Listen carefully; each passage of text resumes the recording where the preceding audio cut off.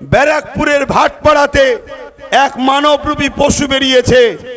এ আরেক জাহান্নামের কুকুর। আপনারা দেখেছেন তো নাকি? এ আরেকটা জাহান্নামের কুকুর।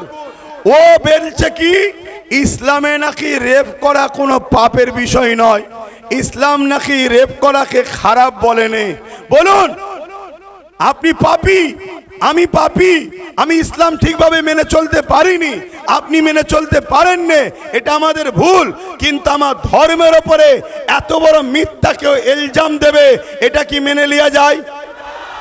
বলুন আপনাদের বিবেকে, যে ইসলাম নারীদেরকে জ্যান্ত পুঁতে দেওয়া হচ্ছিল, ইসলাম নারীদেরকে বাঁচার অধিকার দিয়েছে, ইসলাম নারীদের পায়ের তলায় আল্লাহর জান্নাত দিয়েছে।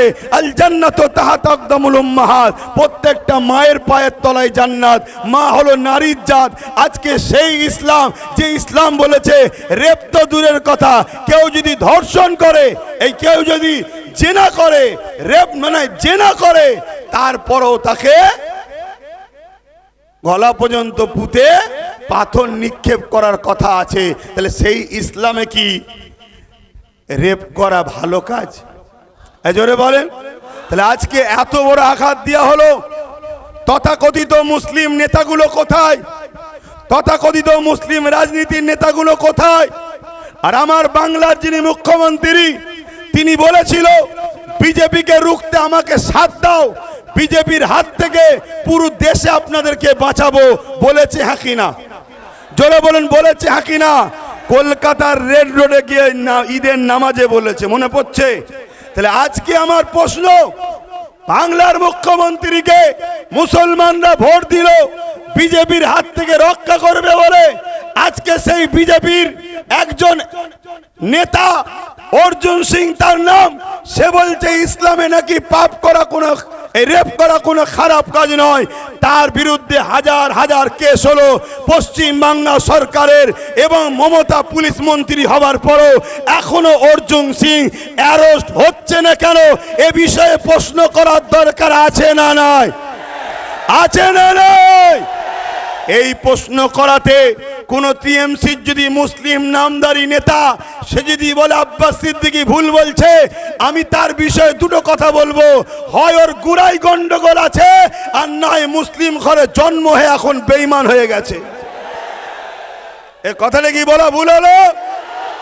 কেন তুই যদি ইসলামেরই হোস, তোর হাতে তো পাওয়ার আছে, তোর তো উচিত মমতাকে চিঠি করা যে আমি আপনার দলের একজন সক্রিয় কর্মী, আমি আপনার দলের একজন নেতা, আমি আপনার দলের জন্য লড়ছি, আপনার দলের জন্য মারপিট করছি, আপনার দলের জন্য মুসলিম ভাইকে কেস দিচ্ছি, আপনার দলের জন্য মুসলমানদেরকে মারছি, সব করছি। আজকে অর্জুন সিং যে যার বিরুদ্ধে টিএমসি বলছে আমি বিজেপির বিরুদ্ধে, তাহলে এই যে সুযোগ, সংবিধান বিরোধী একটা কথা বলেছে, ইসলাম বিরোধী একটা কথা বলেছে, সমাজে দাঙ্গা শুরু হবে, এত যখন কেস করেছে, ওকে জেলে ভরে রেখে দেওয়ার সুযোগ, ওকে জেলে ভরা দরকার আছে না নাই? কিন্তু ভরছে কি? জোরে বলুন। ভরছে না। ভরবে কাকে?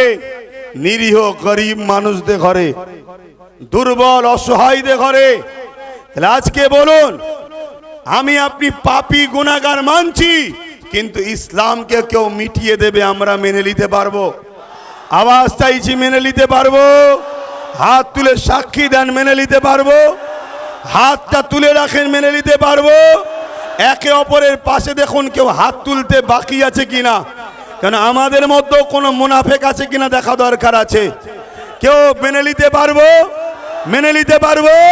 তাহলে আজ আপনাদেরকে জিজ্ঞেস করছি, এই জায়গায় যদি আব্বাস সিদ্দিকী বলে যে টাকার ইপিট আর উপিট, যার নাম টাকার ইপিট আর উপিট, যে টিএমসি সেই বিজেপি, যে বিজেপি সেই টিএমসি, শুধু দুটো পরিবার, একই পরিবার, জার্সি দুটো আলাদা, নাম দুটো আলাদা, মানুষকে বোকা বানাবার জন্যে একই বাজারে দুটো দোকান, একটা ভেজ একটা নন ভেজ, মালিক একটা নাগপুরে বসে আছে। অতএব যে খদ্দের ভেজ খায়, ভেজের দোকানে যাবে, ইনকাম যা হবে নাগপুরে যাবে। যে লোক ননভেজ খায় সে ননভেজের দোকানে যাবে, ননভেজ নেবে, কিন্তু ইনকাম সন্ধ্যের পরে মালিকের কাছে যাবে। অতএব অন্য রাজ্যে বিজেপি যা করছে আমার রাজ্যে টিএমসি তাই করছে। অন্য রাজ্যে বিজেপি শাসিত রাজ্যে থানার মধ্যে পুলিশ দিয়ে মুসলিম যুবকদের পিটিয়ে মারা হচ্ছে। আমার রাজ্যে বারাইপুরেতে একদিনেতে 2টো মুসলিম ছেলেকে থানার মধ্যে পুলিশ দিয়ে পিটিয়ে মারা হয়েছে। অন্য রাজ্যে মব লিঞ্চিংয়ের নামে মুসলমান পিটানো হয়। আমার রাজ্যে বাঁকুড়াতে গোরক্ষকের নামে মব লিঞ্চিংয়ের নামে তাদের পিটিয়ে মারা হয়। আমার কলকাতায় রিকশাওয়ালা গরিব মুসলমান তাকে মব লিঞ্চিং করে পিটানো হয়। অন্য রাজ্যে হিজাব বোরখা পরার জন্য তাকে বেউজ্জতি করা হয়। আমার রাজ্যে হিজাব পরে স্কুলে যাওয়ার জন্য সেই ছাত্রীকে স্কুল থেকে বার করা হয়। অন্য রাজ্যে বোল্ডুজার দিয়ে মসজিদ মাদ্রাসা ভাঙা হয়।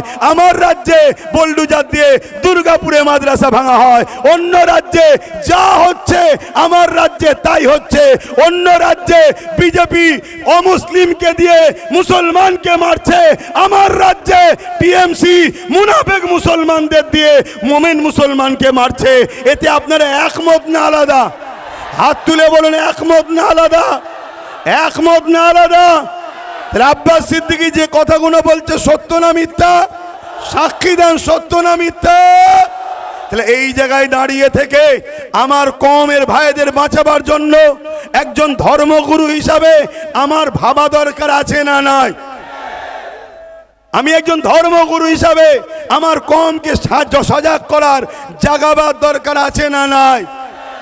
এই জন্য আহলে সুন্নাত ওয়াল জামাত বিভিন্ন জায়গায় কাজ করছে, বিভিন্ন জায়গায় প্রচার করছে। জাগো আমার জাতি, জাগো আমার কওম, ভাবো বোঝো। আগে দেখেছিলাম মুখ আলাদা, এখন দেখছি মুখ আলাদা।